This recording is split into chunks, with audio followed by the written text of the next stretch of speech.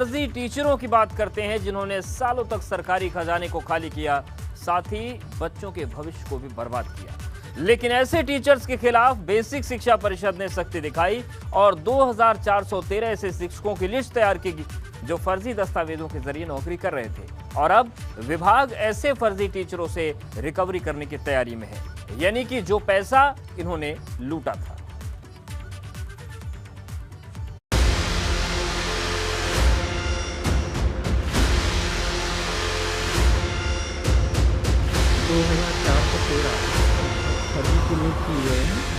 फर्जी शिक्षकों के खिलाफ बेसिक शिक्षा परिषद का अभियान।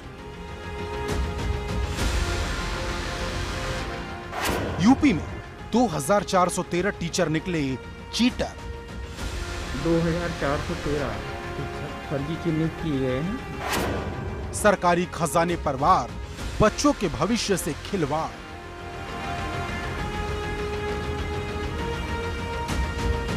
बचपन से सिखाया गया है कि गुरु का दर्जा सबसे ऊपर है, लेकिन उत्तर प्रदेश में फर्जी टीचर न सिर्फ गुरु के नाम को कलंकित कर रहे बल्कि बच्चों के भविष्य से भी खिलवाड़ कर रहे, क्योंकि बेसिक शिक्षा परिषद ने स्कूलों में तैनात 2413 ऐसे शिक्षकों को चिन्हित किया जो फर्जी दस्तावेजों के जरिए पिछले कई सालों से नौकरी कर रहे थे।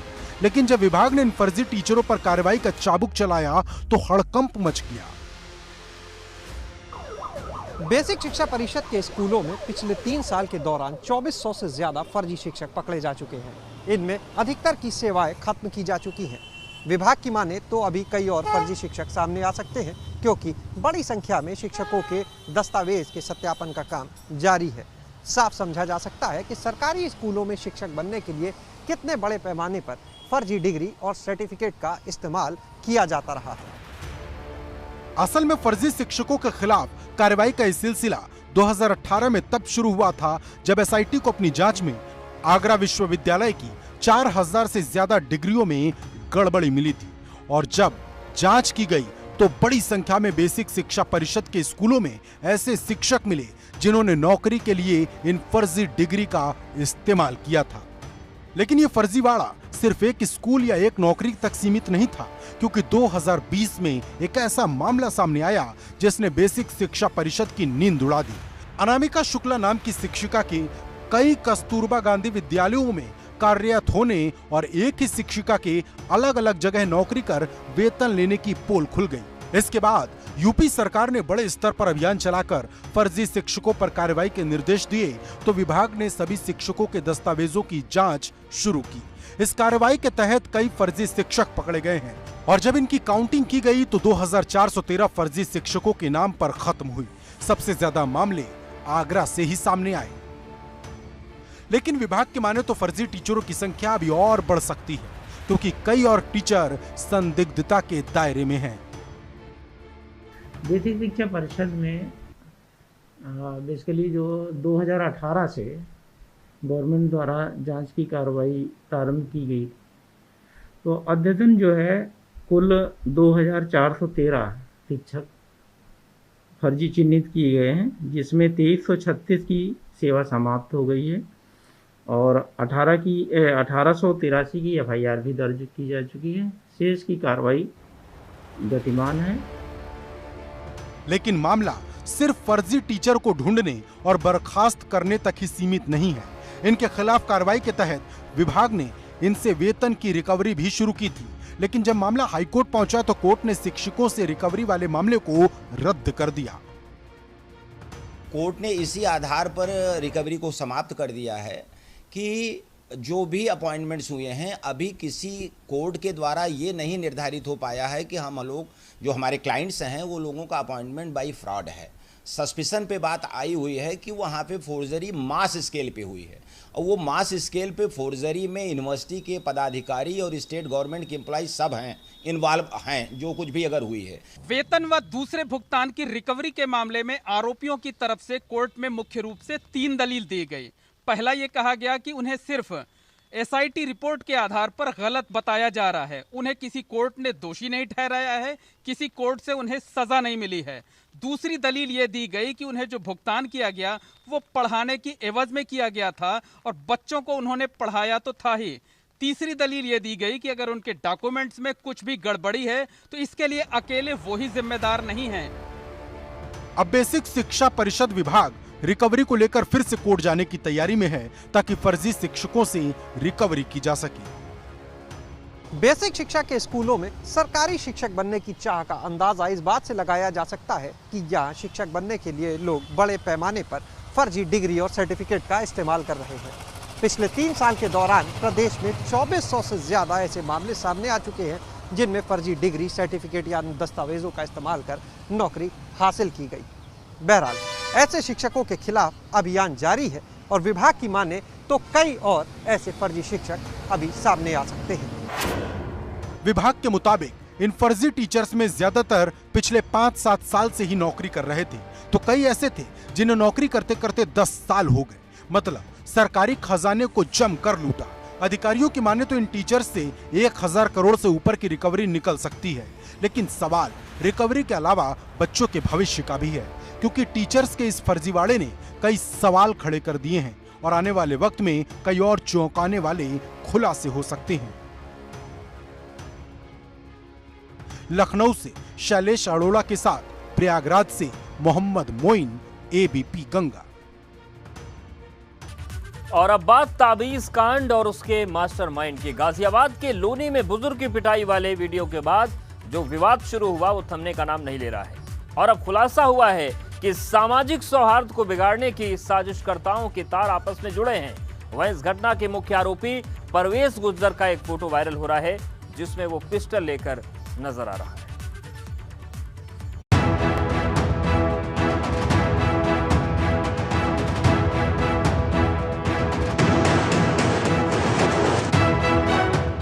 गाजियाबाद में बुजुर्ग की पिटाई, यूपी में उन्माद भड़काने की साजिश किसने रचाई?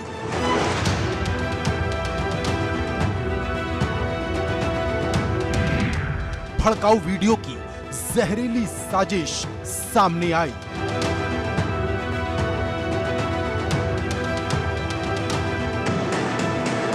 गाजियाबाद के लोनी बॉर्डर पर बुजुर्ग की पिटाई को लेकर शुरू हुआ विवाद थमने का नाम नहीं ले रहा। इसको लेकर लगातार चौंकाने वाले तथ्य सामने आ रहे।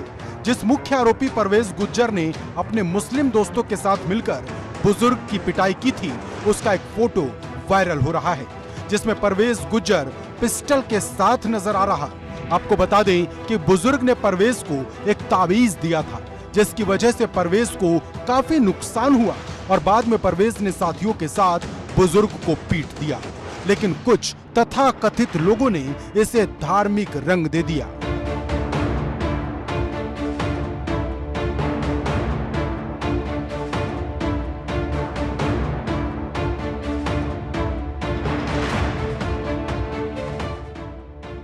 सूत्रों से मिली जानकारी के मुताबिक बुजुर्ग की पिटाई के वीडियो को वायरल करना यूपी में उन्माद भड़काने की एक सोची समझी साजिश थी और इस साजिश के पीछे जिन लोगों का हाथ था उसमें एक नाम समाजवादी पार्टी के नेता उन्मेद पहलवान का भी है, क्योंकि सपा नेता उन्मेद पहलवान ने ही अब्दुल समद का फेसबुक लाइव किया था और फेसबुक लाइव के दौरान दावा किया था कि अब्दुल समद की जबरदस्ती पिटाई की गई और उसकी दाढ़ी काटी गई।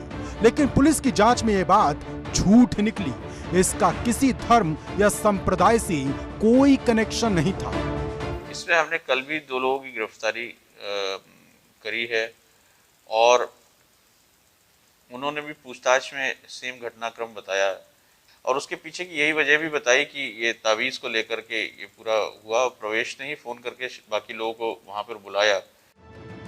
मामले को सांप्रदायिक रंग देने और उन्माद फैलाने की साजिश रचने के लिए समाजवादी पार्टी के नेता उन्मेद पहलवान के खिलाफ भी संगीन धाराओं के तहत मुकदमा हुआ है। उसको सांप्रदायिक रंग देने का प्रयास किया, झूठ बुलवाया, झूठा वीडियो वायरल किया और प्रदेश का माहौल बिगाड़ने की साजिश रची। वहीं इन सब के बीच बुजुर्ग का एक और वीडियो सामने आया जिसमें वो कह रहा है कि इंतजार नाम के व्यक्ति ने उससे परवेज गुज्जर को ऐसा तावीज बनाकर देने के लिए कहा था जिससे परवेज गुज्जर इंतजार के वश में आ जाए। दावा किया जा रहा कि नया वीडियो अब्दुल समद की पिटाई से पहले का है। हालांकि एबीपी गंगा इस वीडियो की पुष्टि नहीं करता, लेकिन पुलिस लगातार इस वीडियो से जुड़ी सच्चाई को खंगाल रही ताकि भविष्य में ऐसी कोई घटना न हो और कोई भी सामाजिक सौहार्द बिगाड़ने की साजिश न रच पाए।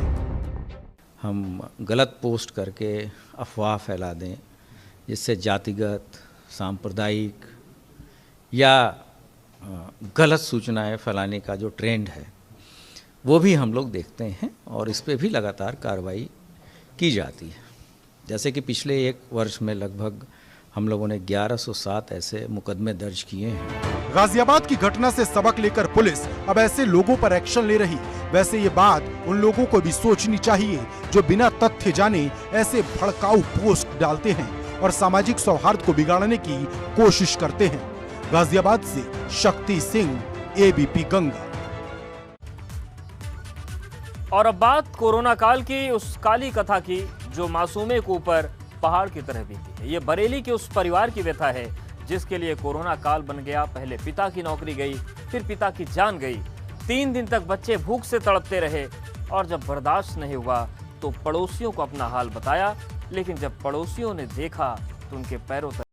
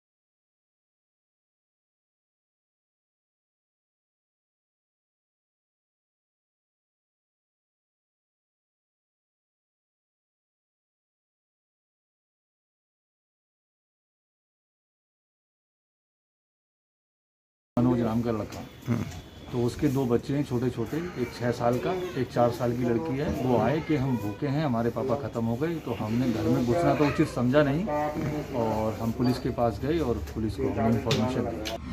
3 दिन तक बच्चे पिता के शव के पास बैठे रहे, लेकिन जब भूख बर्दाश्त से बाहर हुई तो पड़ोसी के पास पहुंच गए, पूरी घटना बताई और पूरे इलाके में हड़कंप मच गया। बच्चों की बेबसी ने लोगों की आंखों में आंसू ला दिए। देखा तो वो फंदे पर लटका हुआ है, गले में फंदा डालकर और फांसी लगा रखी है। गायत्री नगर में रहने वाले मनोज की पत्नी 5 दिन पहले ही दोनों बच्चों को छोड़कर चली गई थी और कुछ दिन बाद मनोज ने फांसी लगा ली। पड़ोसियों ने बताया कि मनोज नोएडा में नौकरी करता था, लेकिन पिछले लॉकडाउन में उसकी नौकरी चली गई। तब से ही वो बरेली में रहता था, लेकिन परिवार में तकरार इतनी बढ़ी कि हालात ने खुदकुशी करने पर मजबूर कर दिया। थाना इज्जत नगर के अंतर्गत एक व्यक्ति हैं, वो अपने घर में मृत पाए गए थे। उनके बच्चे जो 4 साल और 6 साल के थे वो भी उसी घर में थे और प्रथम दृष्टया मौत का जो कारण है वो आत्महत्या करना लग रहा था। पोस्टमार्टम में भी उस बात की पुष्टि हुई है, एंटीमार्टम हैंगिंग उसमें आया है और बाकी जो घर वालों के द्वारा और भी चीज़ें बताई जाएंगी उनके आधार पर जाँच कर ली जाएगी और उसके आधार पर फिर कार्रवाई की जाएगी। लॉकडाउन में बेबसी का यह दर्द सिर्फ बरेली के मनोज ने ही नहीं झेला, बल्कि अलीगढ़ का एक परिवार तो 10 दिन तक भूखा रहा। हालात ज्यादा खराब हुए तो अस्पताल में भर्ती कराना पड़ा। परिवार में 5 बच्चे हैं और एक माँ। बच्चों के पिता की पिछले साल ही कोरोना के चलते मौत हो गई थी। पहले पिता की मौत हुई तो माँ ने जैसे तैसे घर चलाया, फिर माँ की नौकरी छूटी तो बड़े बेटे ने जिम्मेदारी संभाली, लेकिन जब कोरोना की दूसरी लहर आई तो सबकी नौकरी छूट गई। कई दिनों तक परिवार पड़ोसियों की रोटी पर पलता रहा, लेकिन बाद में 10 दिन ऐसे भी बीते जब रोटी का एक टुकड़ा भी नसीब नहीं हुआ। मामला तो ये है कि सर हम 3 महीना तो बीमार है, बुखार फुखार आते रहो, फिर हम पे हाथ पाँवते भयो ना, रोटी फोटी की तो पहले तो हाथ पाँवते भाई नहीं, फिर रोटी फोटी ना वही कितो तो मांगते तो कोई देते ना हो, एक आध दिन दे दे ना दे दे। कितने दिन से आप लोग भूखे हैं? अब वह 3 महीना तो है गए। गरीबी की मार झेलने वाले परिवारों पर कोरोना ने ऐसा कहर ढाया कि उनका सब कुछ तबाह हो गया। कहीं जिंदगियां फांसी के फंदे पर लटक गईं, तो कहीं भूख के चलते वो जिंदगियां अस्पताल में पहुंच गईं। अलीगढ़ से प्रदीप कुमार और बरेली से अनूप मिश्रा के साथ ब्यूरो रिपोर्ट एबीपी गंगा। बारिश के उस कहर की जिसने जनजीवन को अस्त व्यस्त कर दिया है, क्योंकि बीते कई दिनों से बारिश हो रही है, जिससे नदियां उफान पर आ गई हैं और कई गांव बाढ़ की चपेट में आ चुके हैं। लेकिन मौसम विभाग की माने तो ये आफत सिर्फ शुरुआत की है। आने वाले दिनों में और बारिश होगी, मुसीबतें और बढ़ सकती हैं। शहर शहर बाढ़ का कहर। जून में आया आसमानी जलजला।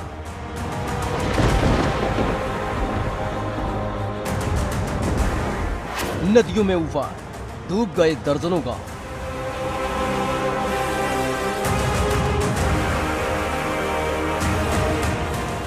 ये तस्वीरें आसमानी तबाही की गवाह हैं। 36 घंटे की नॉन स्टॉप बारिश ने राप्ती नदी को रौद्र रूप में ला दिया। खतरे के निशान से ऊपर बह रही राप्ती का पानी श्रावस्ती जिले के दर्जनों गांवों में घुस गया। जहां तक नजर जाती है, पानी ही पानी नजर आता है। श्रावस्ती में 36 घंटे की बारिश ने कहर बर्पा कर दिया है। राप्ती खतरे के निशान के ऊपर बह रही है। वहीं कल थोड़ी सी राहत मिली थी, लेकिन आज मौसम ने फिर करवट लिया है। राप्ती की आगोश में करीबन 1 से 1.5 दर्जन गांव समाहित हो चुके हैं। उसमें पानी भरा हुआ है गांव में। दरअसल पूरे पूर्वांचल में पिछले कुछ दिनों से बारिश हो रही है। वहीं नेपाल ने पानी छोड़कर राप्ती को खौफ मचाने पर मजबूर कर दिया, जिससे कई गांव खतरे में आ गए हैं। बारिश का तांडव वाराणसी में भी देखने को मिला, जहां लोगों को गर्मी से राहत तो मिली, लेकिन सड़कों पर जमा पानी ने नगर निगम की पोल खोलकर रख दी। वाराणसी में सुबह से झमाझम बारिश हो रही है। मौसम को बारिश ने राहत दी है, लेकिन इसके साथ ही जल जमाव आम जनता के लिए दिक्कत बन रहा है। आपको बता दें कि वाराणसी के कई क्षेत्रों में जल जमाव देखने को मिल रहा है और ये बारिश अब जनजीवन के ठहरने का कारण बन गई है। तो मानसून पूरी तरह से अपने शबाब पर आ चुका है। वहीं ग्रेटर नोएडा में भी जमकर बारिश हुई।